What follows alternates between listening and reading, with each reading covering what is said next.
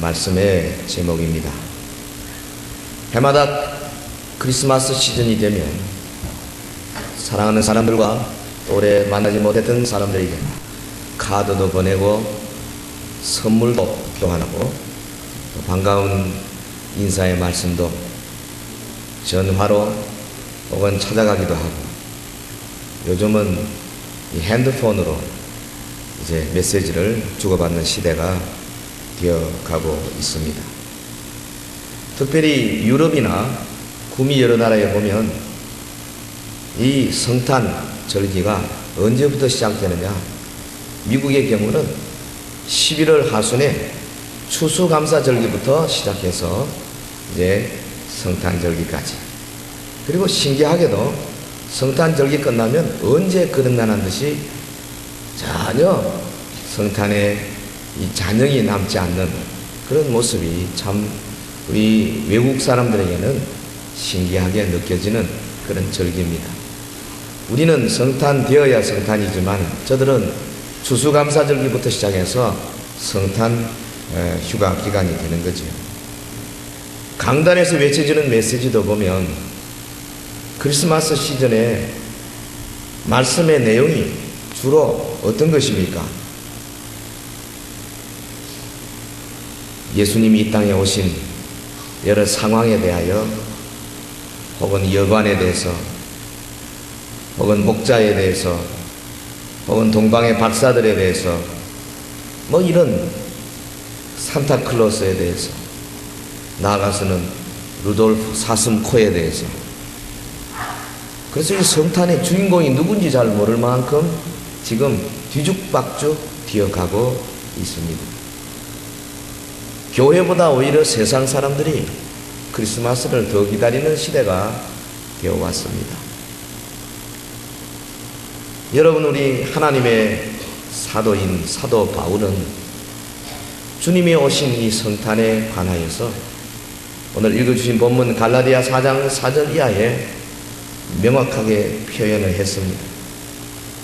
세상 사람들이 천사에 대해서 혹은 예언에 대해서 이모저모로 말한다 할지라도 바울은 단도직입적으로 그리스도의 탄생과 갈라디아 교회 이렇게 연결을 시켜서 명확한 복음의 말씀을 주고 있습니다.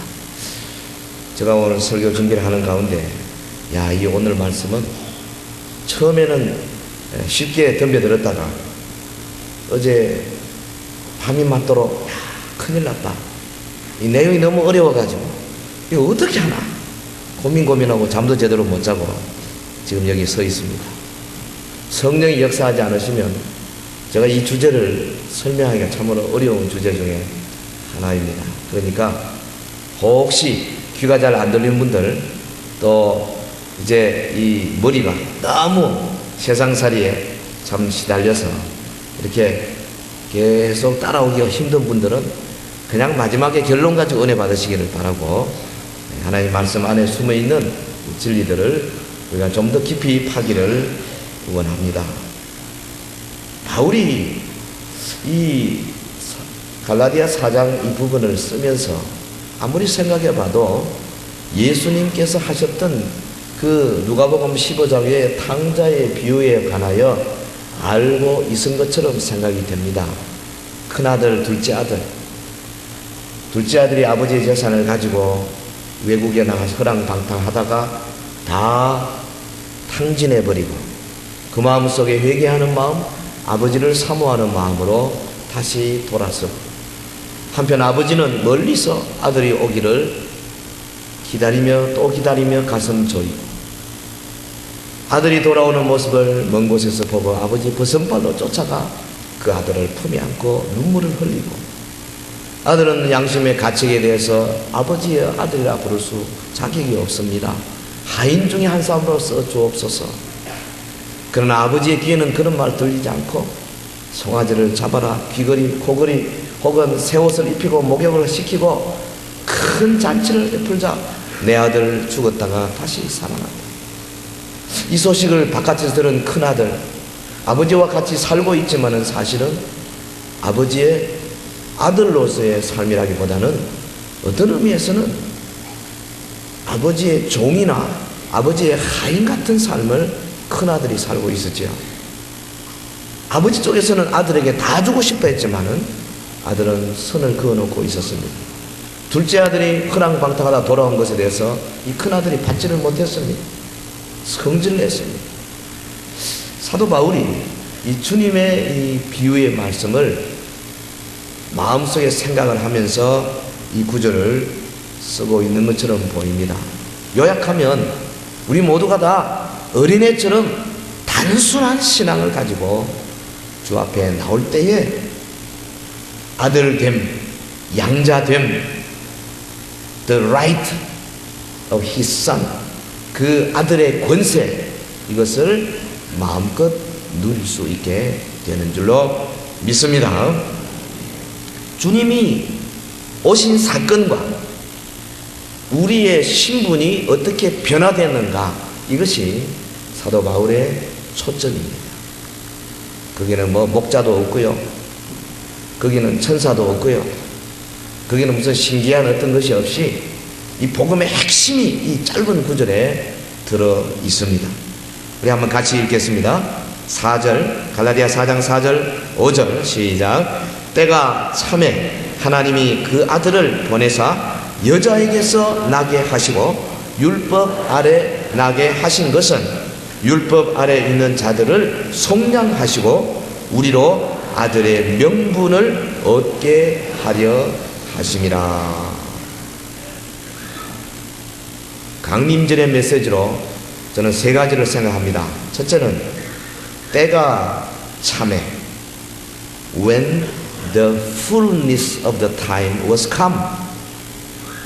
때가 참에, 하나님은 언제나 정확하게 때를 지키시고 때를 이제 이루시는 분이신 줄 믿습니다. 이게 큰 주제입니다. God is always on time. 하나님의 때는 사람이 변경할 수 없습니다. 하나님의 때는 사람이 모아서 결의해서 투표해서 하나님에게 요구한다고 되는 것이 아닙니다. 하나님의 때는 사람이 제 마음대로 꿈을 꾸고 환상 본다고 해서 이루어지는 것이 아니라 하나님이 지정하신 때가 있고 하나님이 섭리하신 때가 있는 것입니다. 하나님에게는 천년이 하루 같고 하루가 천년 같다 그랬어요. 근데 사람들이 기다리지를 못해요. 안달입니다. 특히나 내가 원하고 내가 기다리는 것이 안 이루어질 때는 막 어쩔 줄을 모르고요. 기도하고 저 하루 이틀 혹은 한 달 두 달 기도하고 그 기도가 응답이 안 되면 기다리지를 못해서 때로는 신앙을 팔아버리기도 하고 주님으로부터 등을 돌리는 사람들도 있어요. 그러나 여러분, 하나님의 때는 우리가 하나님을 무슨 금식으로 협박한다고 되는 것도 아니고 하나님 약을 복권한다고 되는 것도 아니고 하나님의 때는 작정되어 있고 하나님의 때는 하나님의 거룩한 섭리 안에서 철저하게 on time, 절대로 변경되지 아니하고 이루어져 가는 줄로 믿습니다. 우리 확실한 믿음이 있어야 됩니다. 하나님의 때. 실제로 우리 예수님이 이 땅에 오신 것과 하나님의 때가 어떻게 풀이될 수 있습니까? 그 당시는 몰랐지만 지금 우리가 2000년 지난 다음에 당시 역사와 사회와 혹은 정치적인 상황을 보면 하나님의 때가 어떻게 맞아 들어가는가를 금방 알 수 있어요. 예수님이 오신 바로 그때는 로마가 세계를 지배한 때입니다. 거대한 왕국을 이루었습니다. 로마의 가이사인 아구스토가 한마디 하면 안 되는 일이 없는 때입니다. 복음이 전파되고 하나님의 나라가 크게 이루어지려면은 이 오합지졸들 나라들이 있어가지고 되는 것이 아니에요. 로마라는 거대한 나라가 하나님의 복음을 전파하는 큰 그릇이 된 거죠. 그러나 이상하게도 로마 제국의 문화는 주로 헬라 문화입니다. 저들은 그리스 말을 사용했어요. 로마가 있기 전에 알렉산더 대왕이 세계를 평정하고 알렉산더가 가는 곳곳마다 헬라어를 심었습니다. 그래서 여러분, 유대인들 이스라엘 땅에도 헬라어가 사용될 수 있었어요. 너무 놀랍게도 예수님의 제자들 마태나 베드로나 혹은 바울이나 이런 사람들이 헬라 말로 성경을 기록했습니다. 유대 말로 기록한 것이 아닙니다. 하나님의 때, 문화적으로 언어적으로 통일되어 있는 때입니다. 특별히 로마가 강조한 것이 무엇입니까? 저들이 전 세계를 정복하고 계속 관리하기 위해서는 도로망이 필요했습니다. 그래서 견고한 도로를 닦고 다리를 놓았어요. 로마 시대에 놓았던 다리가 아직까지도 건재하지 않습니까? 얼마나 철저하게 저들이 이 토목공사를 관리했는지 모릅니다. 하나님의 때 사도 바울은 이런 로마 정부가 해놓은 그 길들을 따라서 말 타고 혹은 나귀 타고 다니면서 복음을 전파했어요. 알렉산더가 이미 뿌려놓은 헬라어를 가지고 복음을 전파했습니다. 로마의 시민권을 가지고 가는 곳곳마다 환대받아가면서 복음을 전할 수 있는 그런 아름다운 하나님의 때가 지금 막 이루어져 가고 있은 거지요. 하나님의 때. 이스라엘이 어땠습니까? 당시 저들은 말라기 선지자 이후에 400년 동안 하나님의 선지자가 없었어요. 주님의 말씀이 그렇게 그리워지던 때입니다. 그래서 저들이 하나님이 보내지 않은데도 불구하고 묵신 문학가들을 통해서 많은 말씀을 받았습니다. 그게 뭡니까? 오늘날 우리 천주교에서 쓰고 있는 위경들이 그런 거 아니에요? 하나님이 보낸 선지자들이 아니지요. 사람들이 깊이 묵상해서 말들을 지어내고 기록한 것들입니다. 선지자의 음성이 그리웠습니다. 하나님의 음성이 그리웠습니다. 영적으로 저들이 헝그리 피플, 즉 가난하고 배고픈 민족이 되었습니다. 때가 참해. 저들의 율법의 정죄를 받아서 죄의식이 가득 차 있을 때입니다. 오늘 우리의 선조들이 하나님의 뜻대로 하지 아니하고 율법의 말씀을 지키지 아니할 때 하나님께서 우리를 바벨론으로 팔아버리시고 혹은 아수르로 팔아버리시고 그리고 이방 민족들 알렉산더의 군대들과 혹은 로마의 군대들이 이곳에 점령해서 우리가 오늘 이처럼 노예 생활을 하고 있는 것이 아닌가. 저들이 하나님의 구원의 사자 메시아를 기다리던 바로 그 때였습니다. 때가 참에 when the fullness of time was come. 때의 fullness, 때가 완전히 무르익었을 때 하나님의 때입니다. 여러분, 하나님의 백성들이 예수 믿고 혹은 하나님의 말씀 안에서 구원을 받아도요, 하나님의 구원의 그 풍요함을 누리는 것은 때가 되어야만 했습니다. 본문 그게 갈라디아 1장 4장 1절에서 3절까지 말씀이 바로 그런 내용이에요. 예를 들면 우리가 아주 어린아이 있을 때 내 아버지께서 큰 돈을, 재산을 은행에 예치를 했습니다. 조건이 뭐냐? 이 아이가 나이가 20살 되고 제가 이제 스스로 일어서게 될 때에 이 돈을 찾을 수 있도록 그렇게 계약을 해놨다 합시다. 그러면 내 이름으로 엄청난 재산이 은행에 있지만은 나는 아직 가난합니다. 그걸 쓸 수가 없어요. 아직까지는 노예와 같고 종과 같고 하인과 같아요. 그러나 때가 되어서 비로소 그것을 누릴 수 있게 되었다.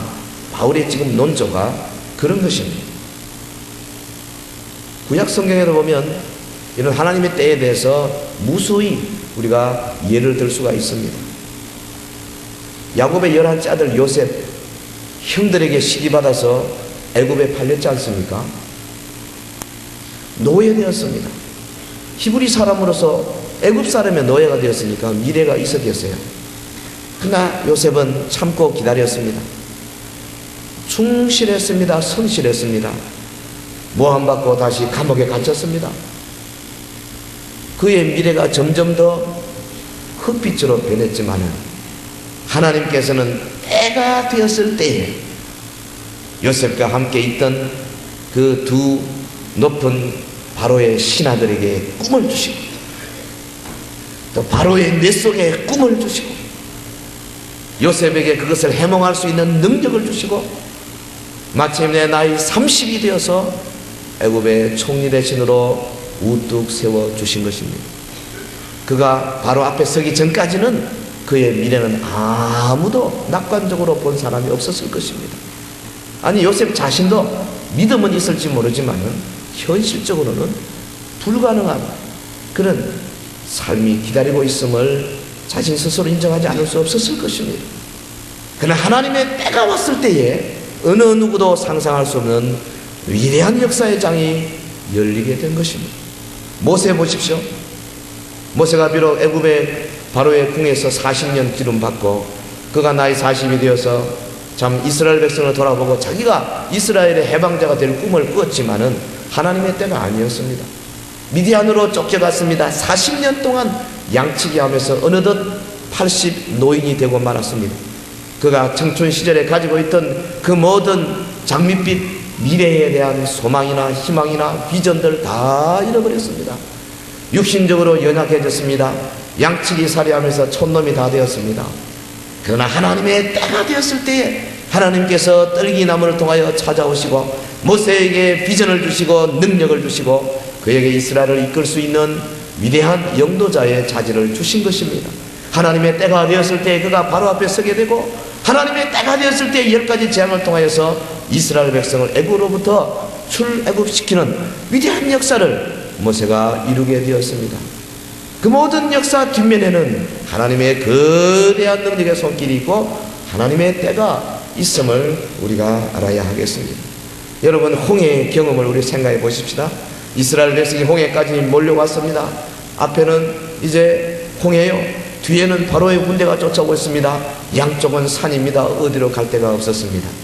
하나님의 때가 왔을 때에 홍해가 갈라지고 이스라엘 백성이 건너고 하나님의 때에 바로의 군사들이 홍해 속에 수장되는 참으로 역사상 있을 수 없는 일들을 우리 성경을 통해서 우리가 읽고 있는 것 아닙니까?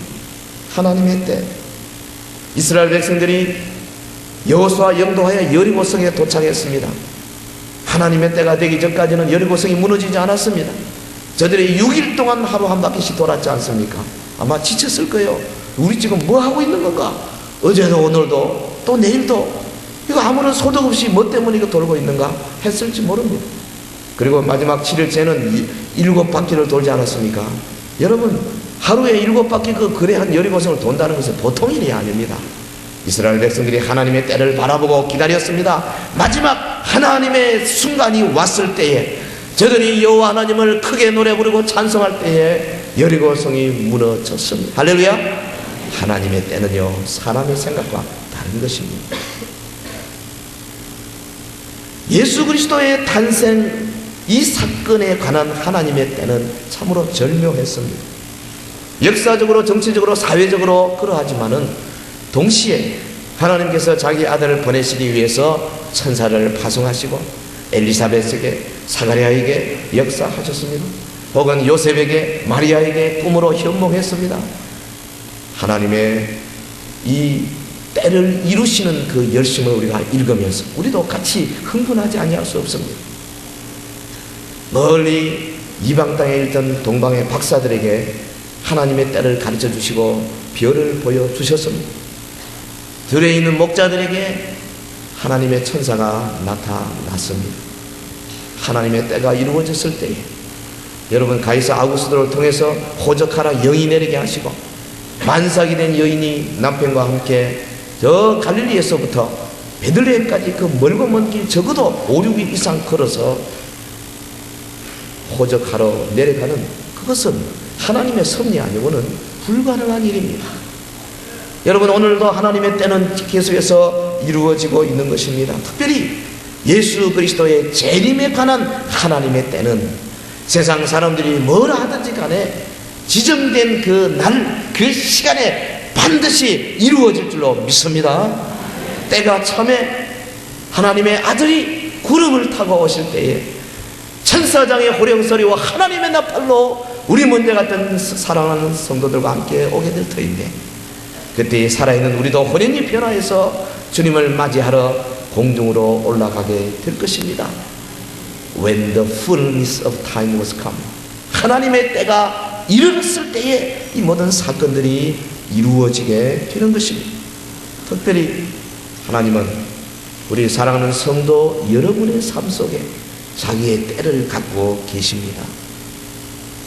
거대한 하나님의 구원 역사에도 때가 있지만은 우리 개인에게 하나님의 때가 있어요. 하나님의 때가 있어서 여러분 예수 받아들이게 되고, 하나님의 때가 있어서 큰 은혜 받게 되고 성령 부음 받게 되고, 하나님의 때가 있어서 서리 집사로 혹은 교사로 찬양대로 사역의 팀원으로 부름 받게 되고, 하나님의 때가 있어서 사랑하는 오이코스들을 전도하게 되고, 하나님의 때가 있어서 여러분 후세의 길이 남을, 교회사의 길이 남을 위대한 역사를 이루는 주의 종들이 되어 가는 것입니다. 하나님의 때를 기다리는 회한이 우리에게 필요합니다. 하나님은 때를 정하시고 절대로 변경하지 아니하시며 마침내 때가 이르렀을 때에 반드시 역사하는 분이신 겁니다. 우리가 해야 할 일은 그 하나님의 때를 기다리면서 순종하는 마음으로 주님의 인도하심에 철저하게 맡기는 것입니다. 여러분 기억하십시다. 하나님은 우리의 일생의 모든 사건 하나 우연으로 이루어지는 것을 허용하지 아니하시고, 하나님이 친히 역사하시며 섭리하시며 무언가를 이루기 위하여 일하신다는 사실입니다. 특별히 우리의 삶 속에 어려움이 올 때에, 내 힘으로 해결하지 못한 곤란한 사건들이 발생할 때에, 참으로 절대절명의 사건들이 나를 찾아올 때에, 그때가 바로 하나님이 역사하시는 아름다운 때가 될 줄로 믿습니다. 사업이 어렵습니까? 건강의 위기가 찾아왔습니까? 자녀 문제 때문에 고민하고 계십니까? 부부간의 갈등이 커졌습니까? 세상살이에 고달픕니까? 친구들 간에 혹은 어떤 이 사회에서 내가 뿌리내린 여러가지 나의 삶의 영역 속에서 돌발적인 사건들이 발생했습니까? 그때가 바로 하나님의 역사가 이루어질 때입니다. 주여 나를 도우소서. 주는 나의 하나님이십니다. 나의 절대자시고 나의 구원자십니다. 내가 하는 모든 일을 하나님이 친히 하십니다. 주의 전능과 주의 권능과 주의 섭리를 인정하고 나갈 때 하나님께서 우리 앞에 마스터 플랜대로 우리를 끌고 나가실 줄로 믿습니다. 때가 참에 하나님은 모든 일에 온타임 정확하게 시간을 맞추신다. 첫 번째 대지입니다.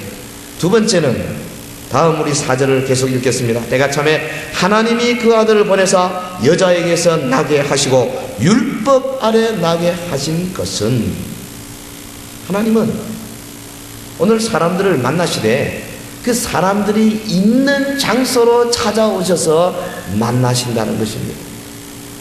하나님은 우리를 부르시거나 우리를 찾아오실 때에 우리를 거룩하게 변화시키거나 우리를 위대한 존재로 도덕가로 윤리가로 만들어 놓으신 다음에 우리를 찾아오시는 것이 아니라, 여전히 우리가 죄 가운데 있을 때에, 여전히 우리가 시기와 질투로 멍들어 있을 때에, 여전히 우리가 세상의 정욕에 빠져 있을 때에, 마약을 하는 사람들 여전히 마약 가운데 취해 있을 때에, 세상의 환락 가운데서 여전히 세상 환락 가운데 있을 때에 하나님이 찾아오시고 우리를 만나 주신다는 사실입니다. 우리가 여전히 율법을 통하여서 죄 가운데, 죄의식 가운데 있을 때에 주님이 우리를 찾아오시고, 우리가 여전히 세상살이에 바빠서 하나님을 알지도 못하고 주의 뜻을 발견하지도 못하고 우리의 길로 가고 있을 바로 그때에 우리의 삶의 현장에 주님이 찾아오시는 분이시라는 사실입니다. 하나님이 그 아들을 보내서 여자에게서 나게 하시고 율법 아래 나게 하셨다. 무슨 말입니까? 저와 여러분이 다 여자에게서 낳지 않습니까? 우리가 다 율법 아래 있지 않습니까? 우리가 율법의 저주를 받은 자가 아닙니까? 우리는 율법의 조목조목에서 너는 죄인이다, 너는 멸망받아야 한다, 너는 지옥감이다, 저주받은 자들입니다. 하나님께서 자기의 아들을 우리와 똑같이 육신을 입고 이 땅에 보내셔서 어린아이로부터 장성케 하시고 율법의 모든 요구 하나하나를 다 이루시면서 우리가 겪는 어려움들을 다 같이 겪으시는 분이라는 사실입니다. 하나님이 그 아들을 보내서 여자에게 나게 하시고 율법 아래 나게 하셨다. 참으로 우리 자신을 돌아보면 우리는 정말 보잘것없는 자입니다. 예수께서 하나님으로부터 오시고 그 하나님의 아들이 나사렛 예수가 되시고, 그래서 우리의 모든 죄점을 지셨고 이제는 십자가로 승리하시고, 그래서 우리의 대신한 희생 제물이 되실 뿐 아니라 우리의 구원자가 되셨기 때문에 오늘 우리가 이제 비로소 다음 단계로 나갈 수가 있게 된 것입니다. 우선 우리가 거룩해지고 우리가 이 세상에서 윤리적으로 도덕적으로 세상 사람들보다 찬란하게 뭔가 다른 점이 있어서 하나님의 백성이 된 것이 아니라 세상과 똑같은 자리에 지옥의 자식들로 사탄의 노예되어 있을 그때에 하나님의 아들이 친히 이 땅에 먼저 오시고 우리와 똑같은 자리로 내려오시고 우리를 대신하여 다 희생 제물이 되어 주셨기 때문에 우리가 하나님의 백성이 되게 된 것입니다. 할렐루야! 할렐루야! 우리 하나님을 찬양하는 자들이 되어야 할 것입니다. 하나님이 우리를 위하여서 이처럼 우리와 똑같은 육신을 가지고, 연약한 육신을 가지고 매맞으면 아프고 피나고 혹은 창으로 찌르면 물과 피가 쏟아져야 하는 육신을 가지고 이 땅에 오신 것은 참으로 신기한 일이 아닐 수 없습니다. 이 강림절기에, 그리고 우리 성탄절기에 여러분, 주님의 육신으로 오신 것을 더 깊이 묵상하셔야 될 것입니다. 그가 오셔서 그냥 우리와 한 가지로 살 뿐 아니라 빌립보 2장 5절에 이하에 보면 그가 사람의 모양으로 오셔서 죽기까지 복종하셨으며 죽기까지 낮아지셨으며 하나님이 그를 지극히 높여서 하늘에 있는 자들과 땅 위에 있는 자들과 땅 아래 물속에 있는 모든 자들로 하여금 그분 앞에 무릎을 꿇고 주님은 나의 주님이십니다. 나사렛 예수 당신은 나의 주님이십니다. 고백하게 하셨다는 것입니다. 그는 이 땅에서 처음 그의 육신을 구유해 누이셨습니다. 가난하고 헐벗은 자를 위해서 오셨습니다. 율법 하에서 고민하고 죄 가운데서 몸부림치는 자를 위해서 오셨습니다. 술 끊지 못하고 담배 끊지 못하고 노름 끊지 못하는 우리를 위해서 오셨습니다. 그래서 그가 친히 그 모든 사슬을 다 벗어버리셨습니다. 그래서 오늘 믿는 모든 자들에게 그 모든 사슬들을 끊을 수 있는 능력을 주신다고 약속의 말씀을 주셨습니다. 할렐루야. 그래, 예수 믿는 사람들은요, 사실은 아무것도 없는 자들이지만은 그러나 세상에 모든 것을 다 가진 자들과 마찬가지죠. 하나님은 오늘도 바로 내가 있는 바로 이 자리에 찾아오시고 나를 있는 그대로 받아주시는 줄 믿습니다. 그런 이야기 있지 않습니까? 어느 유명한 세계적인 화가가 어느 마을에 가서 참 그 청소부 아저씨를 보았어요. 야, 저 양반을 모델로 해서 이 마을에 청소하는 모습을 한번 그려봐야 돼. 그래 불렀습니다. 내일 몇 시까지 좀 오십시오. 당신 내 그림의 모델이 좀 되어 주십시오. 세계적인 유명한 화가가 자기를 모델로 삼아주겠다니 이 청소부가 얼마나 참 들떴겠어요. 그래서 돌아가는 적시로 이발관에 가서 이발을 착 하고요. 그 다음에 자기 집에 제일 아껴놓던 옷을 착 넥타이를 메고 그 다음날 찾아갔습니다. 화가가 그 사람을 뭐라 그랬겠어요? 다시 가라. 필요 없다. 있는 그대로 와라. 여러분, 우리가 예수님 앞에, 하나님 앞에 나갈 때는 있는 그대로 나가야 돼요. 꾸미면 안 돼요. 속이면 안 돼요. 주님은 만홀히 여김을 받지 않으시는 분이고 우리의 모든 것을 다 아시는 분이십니다. 그래서 우리가 하나님 앞에 있는 그대로 나가서 나의 연약을 아뢰고 나의 부족을 아뢰고 내가 하나님의 말씀을 어떻게 제대로 준행하지 못했다는 사실을 고백하고, 주님, 나는 주님의 도움이 필요합니다. 내 혼자 힘으로는 아무것도 할 수 없습니다. 주님이여 나에게 육신을 입고 오셔서 이처럼 율법의 요구를 이루지 않으셨습니까? 나는 율법 때문에 저주받은 자요, 내 힘으로는 도무지 율법의 요구를 이룰 수가 없습니다. 1계명, 2계명, 3계명, 4계명, 5계명, 6, 7, 8, 9, 10계명 나는 지킬 수 있는 능력이 없습니다. 주께서 나를 대신하여 이 모든 걸 지켜 주셔야 되겠습니다. 우리가 있는 그대로 주님 앞에 나갈 때에 주께서 나를 만나주시고 나의 모든 죄를 대속해 주시는 줄로 믿습니다. 그리고 사도 바울 세 번째로 오늘 우리에게 주는 말씀 5절에 보면 율법 아래 있는 자들을 속량하시고 우리로 아들의 명분을 얻게 하려 하십니다. 아들의 명분을 얻게 하려 하십니다. 하나님은 우리 사람들을 변화시켜서 현재 있는 위치에서 우리 사람이 하나님이 만들어 놓은 그 세계의 가장 최고의 능력 있는 자가 되기를 원하십니다. 오늘 저와 여러분은 사실 하나님이 볼 때는 아무것도 할 줄 모르는 무능하고 부패한 자 아닙니까? 그런데 오늘 본문에 보면 아들의 명분을 얻게 하려 하심이니라. 영접하는 자, 보고 있는 믿는 자들에게는 아들의 하나님의 자녀가 되는 권세를 주셨다. 아들의 명분을 얻게 하려 하셨다. 당시에 법률적으로 보면 이 양자 삼는 것은 이 로마 시대에 오늘 우리 양자와 전혀 다릅니다. 양자는 그 사람을 내가 양자로 삼고 법적으로 입증하는 순간에 어떤 현상이 벌어지느냐, 그 양자의 과거의 가족, 과거의 세계로부터 완전히 단절됩니다. 다시는 저쪽에서 내 아들이다 말할 수 없도록 되어 있어요. 두 번째, 그 양자가 들어오는 그날부터 그 주인의 친아들, 친딸 누리는 모든 권리를 법적으로 완전히 동일하게 누릴 수 있게 됩니다. 그 다음에 이 양자권은 잠시 몇 년 계약이 아니고 죽을 때까지 계속됩니다. 그것이 법입니다. 그래서 양자 된다는 것은 참으로 당시 귀족이나 왕족에게 양자 된다는 것은 엄청난 특권을 한꺼번에 거머쥐게 되는 것입니다. 여기 지금 5절의 말씀, 우리로 아들의 명분을 얻게 하려 하십니다.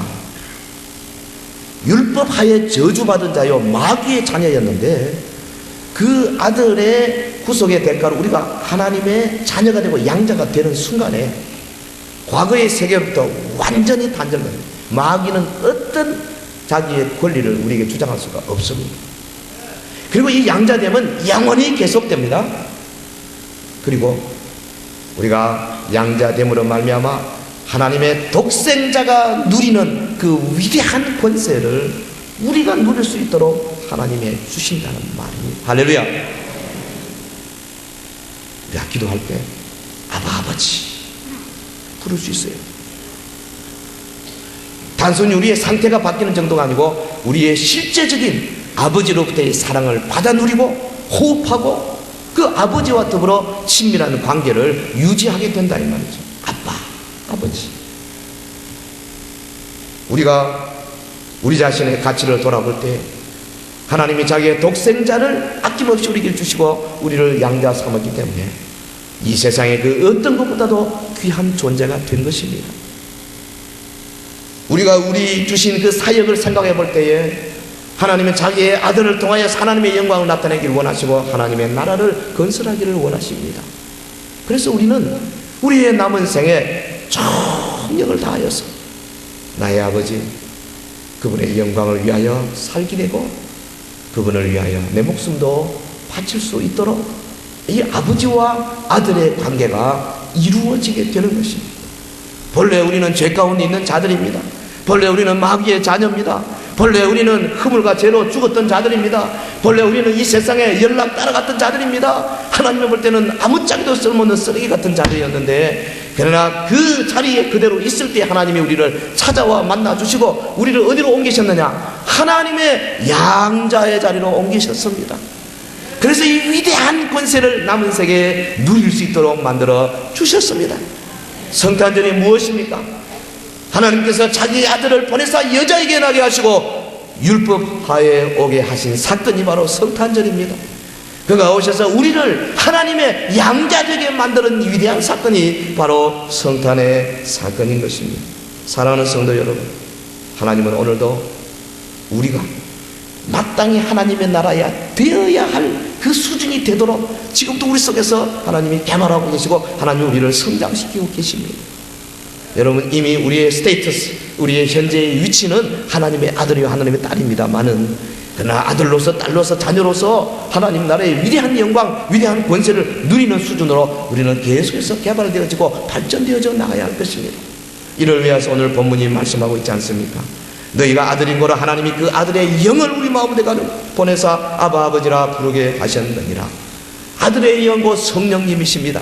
하나님의 영을 우리에게 보내셔서 오늘 우리가 위치상으로 하나님의 자녀일 뿐 아니라 우리의 저 뱃속 깊은 곳에서부터 아버지를 향하여 아빠 아버지 나의 하나님이여 나의 아버지여 부를 수 있도록 만들어 주시는 것입니다.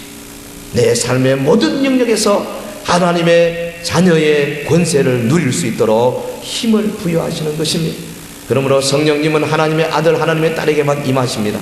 성령님은 하나님의 양자된 자들에게만 임하십니다. 성령께서 오셔서 이 땅에서 양자의 모든 권세와 권리와 영광을 누리도록 만들어 주십니다. 성탄절기에 여러분, 오늘 우리가 어디에 있었으며 하나님이 때가 되어서 우리를 부르셨다는 사실을 깨닫고, 주님, 이제 하나님의 때, 내 남은 생애, 하나님의 때가 언제까지입니까? 남은 생애를 철저하게 주의 아들 딸로서 풍성한 삶을 누리는 은혜가 있기를 주의 이름으로 축원합니다. 기도하십시다. 우리 다 같이 합심해서 한번 기도하겠습니다. 양자됨의 이 위대한 축복을 이 성탄절에 다시 한번 깊이 묵상해서, 나도 이제는 과거의 율법하에 잡히지 아니하고 이제는 하나님의 나라의 귀한 권속으로서, 양자로서 놀라운 권세로 주의 영광 나타내는 자 되게 하옵소서. 다 같이 통성으로 잠시 기도하겠습니다. 거룩하신 우리 하나님 아버지,